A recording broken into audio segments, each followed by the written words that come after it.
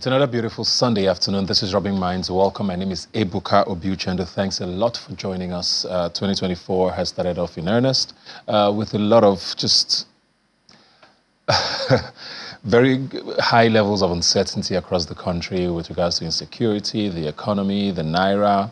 Wherever 2 or 3 Nigerians are gathered, it only takes about 2-3 minutes before the conversation delves into the fact that people are very worried about, 2024, and rightly so. From Abuja to Plateau State, to the northern parts of Nigeria, to the southeast, to the southwest, it's just been story after story of just pure chaos and unfortunately loss of lives across the country. And of course, on top of all of that, we are grappling with what inflation is saying to Nigerians, unemployment, and the value of the naira just on a free fall. And a lot of answers are being sought by a lot of people wondering, where does the hope come from? We're going to be starting off the show today talking about accountability, the economy, and what 2024 might look like for Nigerians in that space. I'm joined now from our Abuja studios by the Global President of Ready to Lead Africa, God bless Otubere. Thanks for joining us, and good to see you again. Hope everything is well over there. Just before I get your response, looking at the way things have shaped up this year, I think we kind of started off, or ended the last year and started off this year with, talks about the minister of, about a minister getting embroiled in some controversy of corruption. Mr. President has suspended her. People are wondering if that's a signal of what, the government might be looking like in the coming weeks and months, especially at a time where there's a cash crunch. People can't seem to grow their financial life. The middle class is almost completely disappeared. How are you feeling about the way 2024 looks, also looking at the way the budget shapes? All right, thank you so much. Ebuka, it's good to see you again, and I think it's a good way to say Happy New Year, and of course, to Nigerians as well. It's good to be back on the Rubbin Mind platform. The question is direct. How are we looking at the year and looking at what we are currently grappling with? On an unprecedented inflation, you have, of course, insecurity, and you have a lot of issues that is currently facing Nigerians and how we are responding. It's a tough one, I wouldn't lie. It's a very tough one, especially with the new administration taking off, trying to find its feet. Of course, there's been a lot of policies, somersaults that have happened, a lot of ideas thrown out there on how to solve certain problems that have not really gone the way it should, or maybe ideas that the government has rolled out that has not really, gone the way they planned. So just been a lot of, testing and maybe learning on the job, I would say, for a lot of things that have happened. So to just give a sense of what we believe the year would look like, it would be more about accountability on the part of government, and one that is driven by citizens, especially when you have this level of chaos and this level of pain. The best response is not necessarily to pray. The best response is for citizens to rise up and hold the government accountable and demand that in these very crucial times, that government is doing what it should do, curb waste, and also live up to the promises that they made when they were running, for office during the election. So it's been a lot of, chaos. Of course, my heart goes to everyone that has lost their lives to either kidnapping or any form of insecurity that have plagued the country, over the couple of weeks. And for me, I just think that this is a time for citizens to now rise up in one voice and in a collective. I don't care where you are from, what part of the country you come from. This is the time to speak the Nigerian tribe, and which is accountability and holding government responsible, making sure that they do what they're supposed to do. So I hear you, and I think the one thing a lot of Nigerians have sort of struggled with is trying to understand, sort of the direction of this government. On May 29th to 2023, first day, a lot of strong decisions were made with regards to removal of subsidy, followed by, the FX policy being reviewed. A lot of those were very hard, and it seemed like that was setting the tone of this administration. But since then, we haven't really sort of understood the direction of this government, especially with regards to, all of these projections they have of $1 trillion economy in 8 years, lifting 50 million Nigerians out of poverty. Nothing seems to be, showing the signs that that's actually feasible. Is that a right way to put things, you think? Well, when of course you see a lot of people coming out when the president said, "Oh, our subsidy is gone." When he made that statement during the inauguration speech, and a lot of people came out and said, "Oh, it wasn't contained in his, inaugural speech. It was just an ad-lib," and that created a lot of, it's just sort of upended the economy. People started saying, "Oh, subsidy is gone," and all of that, and we saw the resultant effect of that ad-lib. And it's been very tough for the common Nigerian who is trying to just get by. Of course, with subsidy gone, you have the price of fuel going through the roof like we've never seen in this country. And again, you pointed out the fact that, there's this braggadocious commitment to $1 trillion economy in 8 years. Of course, you just can't wish your way into $1 trillion economy. It is now, like you said, what is the blueprint that we're looking at to say, are we going to get there? When you look at what the government has done in the last 7 months, that it's been, you want to definitely question and say, are we going to get there looking at what has happened? Of course, it is no longer news that when you look at what the budget that was raised by the current administration, there's a lot of deficit. And when you look at the debt servicing and projected revenue to what we're looking at spending, you realize that it is almost impossible.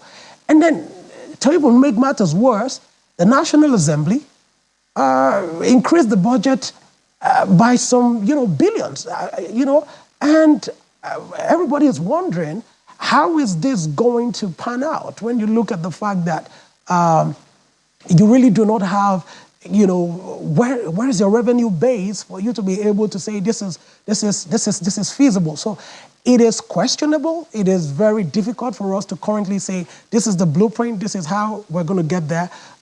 So we're currently looking at the government and saying, how is this possible? But right now, what we are doing as citizens and galvanizing communities across the country is to say, what are the low-hanging fruits that we can hold on to and say, yes, you've said $1 trillion economy in 8 years. Right now, we're in the first year of your administration. We're going to hold you accountable and make sure that whatever it is that we can see is being done properly.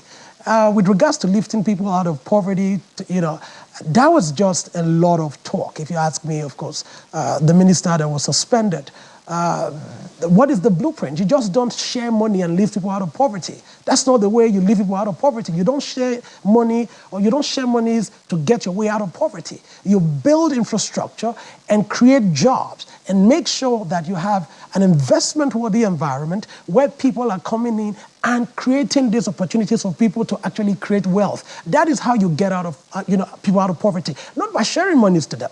The Bolsa Familia that Nigeria is copying from Brazil was not done this way. The conditional cash transfer that we're copying from other countries, it's not done this way. It is tied to education. It is tied to families, adjusting their behavior vis-a-vis what the countries want to see in terms of, okay, our per capita income, is it increasing in certain areas? Are more children going to school? Do we have more schools being built? Do we have, leakages being blocked? Do we have corruption? That is how you get people out of poverty, not by sharing money. So, Ebuka, yes, I hear you, and I say it is difficult to find a blueprint, and I would say that it is on the government right now to currently make that blueprint available to Nigerians so that we can continue to have that fact. People have said that this was probably the first government that ran an election, probably since the return of democracy, without necessarily pushing the fact that it would fight corruption. But since they've come in, like I said, we've seen a minister suspended pretty early on in the administration, even if it was sort of pushed by public outcry. We've seen the president talk about, cutting down the delegation that moves around with him whenever he's on a trip. We saw the vice president, I think, go to the World Economic Forum in Davos with just 5 members of staff, according to them. But in spite of all of this sort of little signs that people are seeing, there's still a lot of skepticism with regards to the fact that these are sort of just face value things that may not have an effect. What more should the government be doing in a system that's been complex for so many years and decades? No. Very quickly.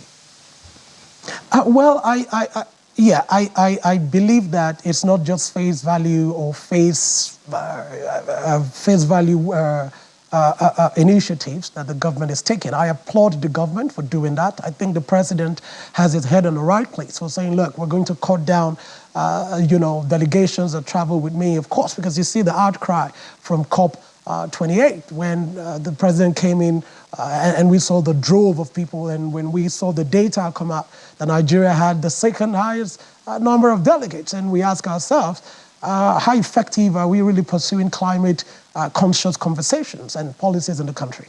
Well, the vice president going to Davos with just 5 member, with a 5-member team, that's commendable. I think that makes sense. Whether you want to look at it, whether it's optics or it is not face value, that is government responding to the accountability measures of the citizens. Like you said, outcry of the citizens resulted to the suspension of the humanitarian, affairs minister. That is how citizens, and that is how a democracy works. It is a government of, by, and for the people. So we need to sustain the outcry. If there is any other minister that is found wanting, we must sustain that outcry and that accountability move so that the president does what he needs to do. For the administration, I'm going to say, if the president is saying, look, I'm cutting down on my entourage and, which is going to help us cut costs, I think it's fantastic. We should give him credit for that.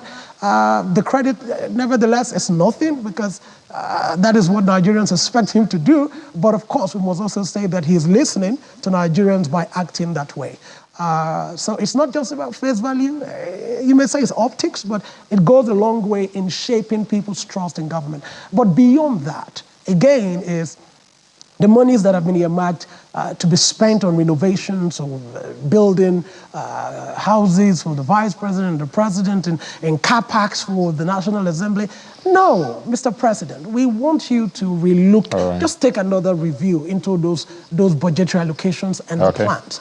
If you continue to reduce those costs, Nigerians will come out and stand by you the more, because then you are not just reducing the cost of people who travel around with you, but you're actually reducing the wastage that is happening right now looking at our budget lines. And of course, institutions that don't have businesses with constructing roads and all of that in the budget, we see them. So, Mr. President, please get your people together. Let them review these things so that Nigerians can trust you more.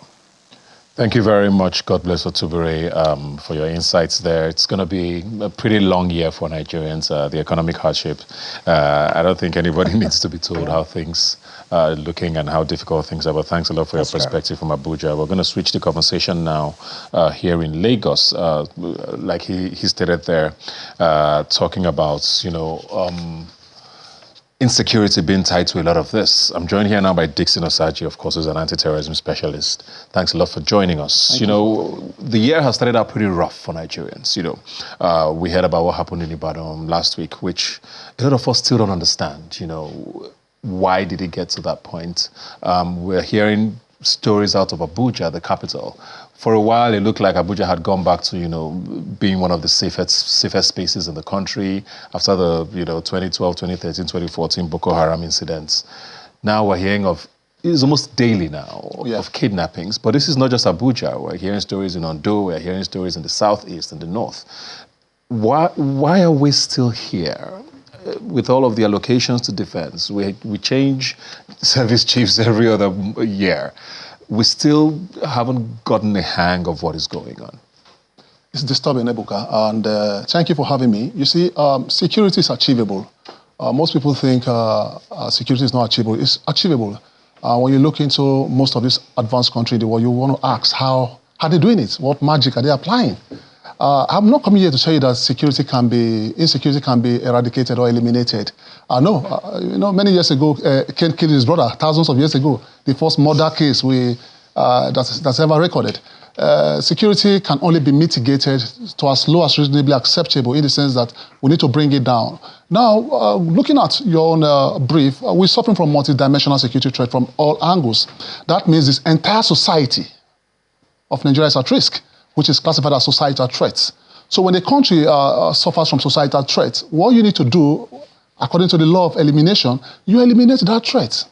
Whatever poses threats to human life, it's not what you joke about. It's not what you substitute. You just have to eliminate that threat. They're in Abuja, shaming us every day. There are over 160 countries in the world, but every blessed day, Nigeria is in the negative news. In the negative news. Look at the Global Terrorism Index, negative. Is it that we're not getting things right? Oh, yes, we are not. Most people think that when they create the mess, they will ask the military to go and clean it up. Because most times, most of this issue happens within the society. Then the military goes, clean it up, and the police go to clean it up. But the challenge here is this. What is happening in Nigeria is that we are lacking political will to eliminate this bit of insecurity. Military might will not do that. Political might is also needed. I always hear that political will, and I've always wondered what that means, especially when lives are involved, right? One thing I've seen a lot of people ask is, when someone tweets something that the government is not happy about, literally in 24 hours, you hear that DSS has picked up this person, or the person has been picked up by the police. It's very easy to find people in situations like that. Soft target. Now we have terrorists literally making calls, sending emails sometimes, sending SMSs, sending WhatsApp messages, communicating with families. Sometimes these families, I want to believe, give this evidence to the security operatives. Yes. And we don't hear that anyone was caught or traced or tracked that quickly, sometimes even if ever. What is the point of all of bring your NIN, you can't do this, you can't do that? It's very tough for a lot of Nigerians to understand. Why do you put us through this trouble saying that this was going to help fight security or insecurity, and we still don't see the results? Security process has three measures: the human factor, technological factors, and the processes. You talked about NIN. If you go to NIN office today, you want to go and capture you want to go and get captured.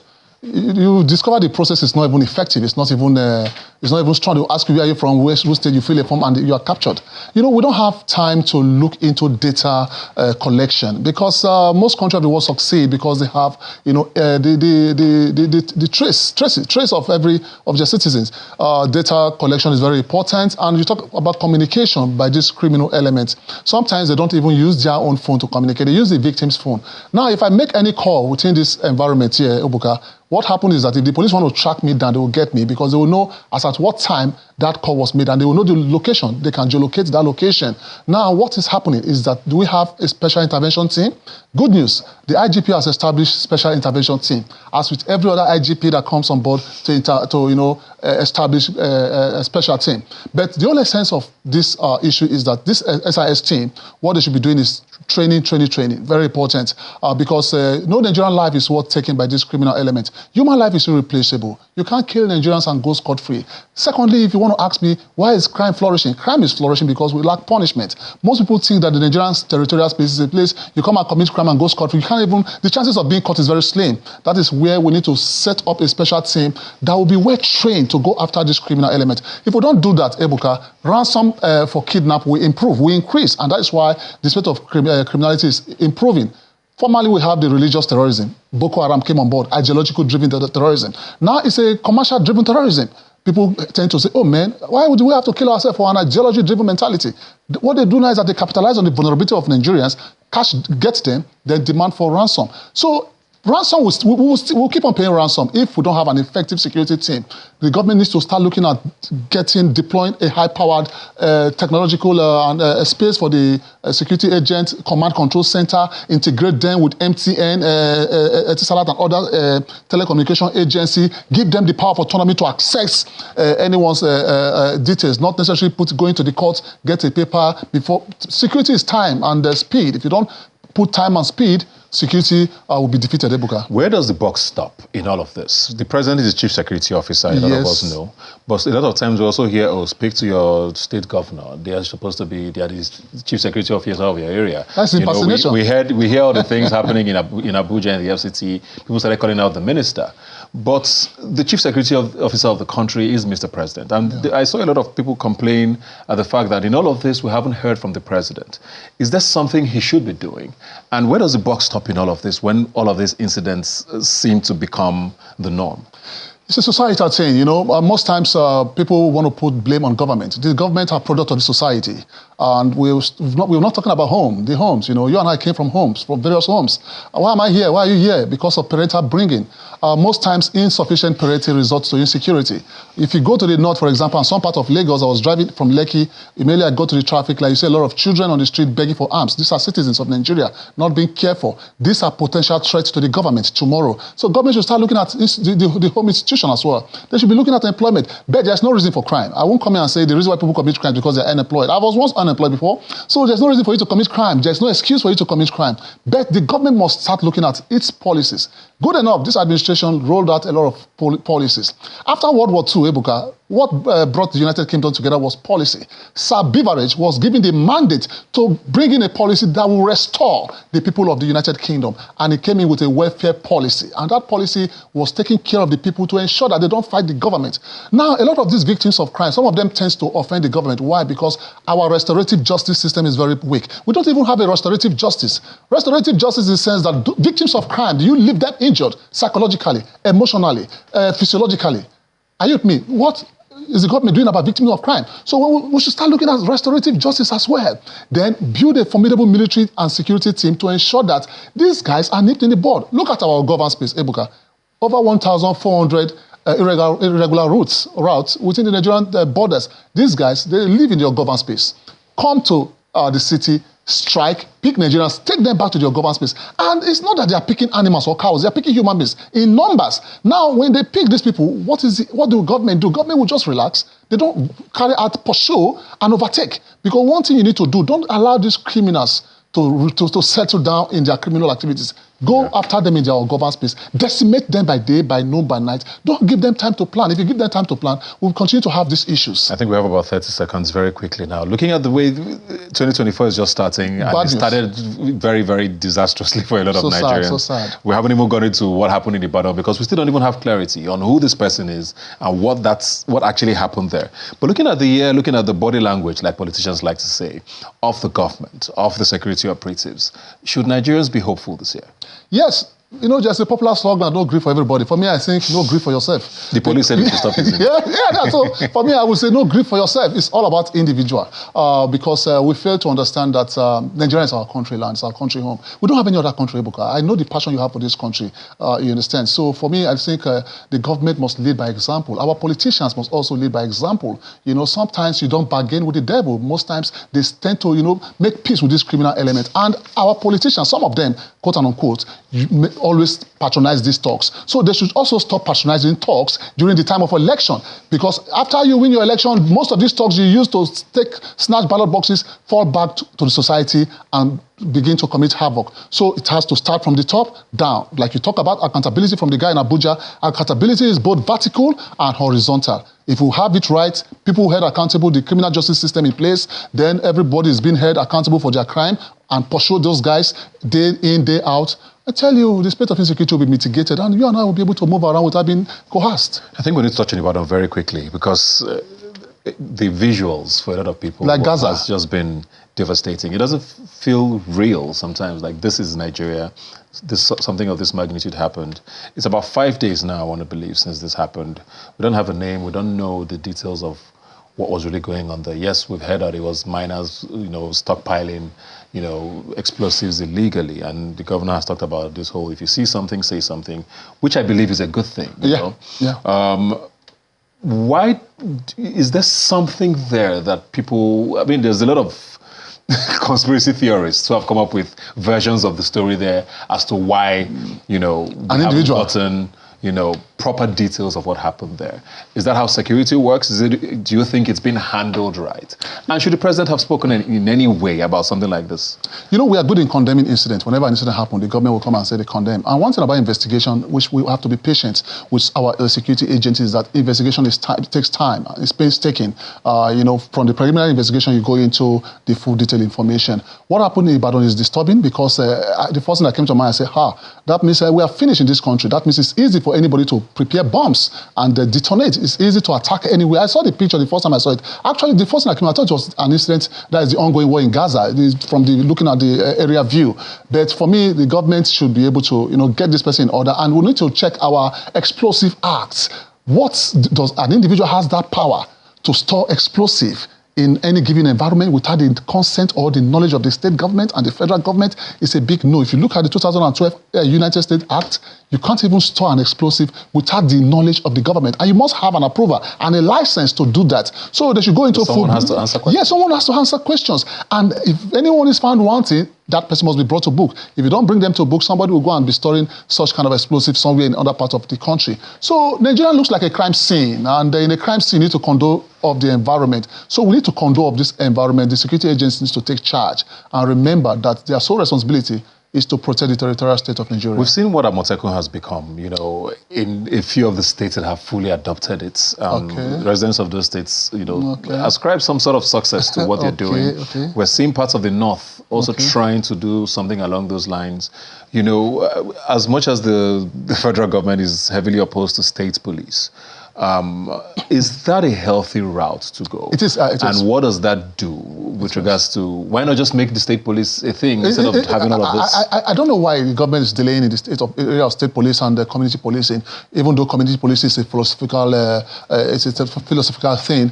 Amotekun are doing very well and other security agents are doing very well. We are practicing a centralized policing system and it's not good for this country because of the outgoing rate of insecurity in Nigeria.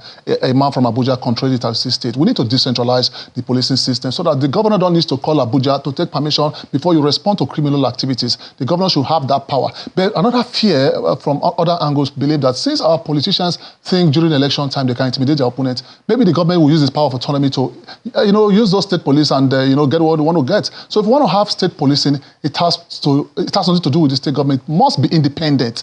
State policing, you don't have to report to the governor, but you can still take directive from the governor so that you don't mess up this thing of state policing. Amotekun is doing well and other people are doing well in other parts of the company. So we'll have more of these people, they will go into the society because how many thousand police do we have, Ebuka? We have about 370,000 police. And when you take out the ones protecting our banks, take out the one protecting the airlight, we don't have police system in Nigeria again. So the Nigerian police must go back to the drawing board and, build a formidable security team. And they also have to be very careful, Ebuka. There was a picture flying around. One guy from Kano who was a known thug was commissioned into the Nigerian police. Nobody that has raised insurrection against the Nigerian state should have anything to do with our protective system. Take them out, and they must pay for the crime they commit. We are good in, giving them amnesty. What about those in the prison that stole mangi, pepper, and goats? So we should look at Nigeria as a serious entity. Thank you very much, Dixon Osagie. It's, like I said, the start of the year, and it's getting a lot of people worried about what the year might look like, but we keep hope alive. And January 21. And our government basically stand up to their duties. Thanks a lot for your contribution. Thank We're going to you take for a big having break. me.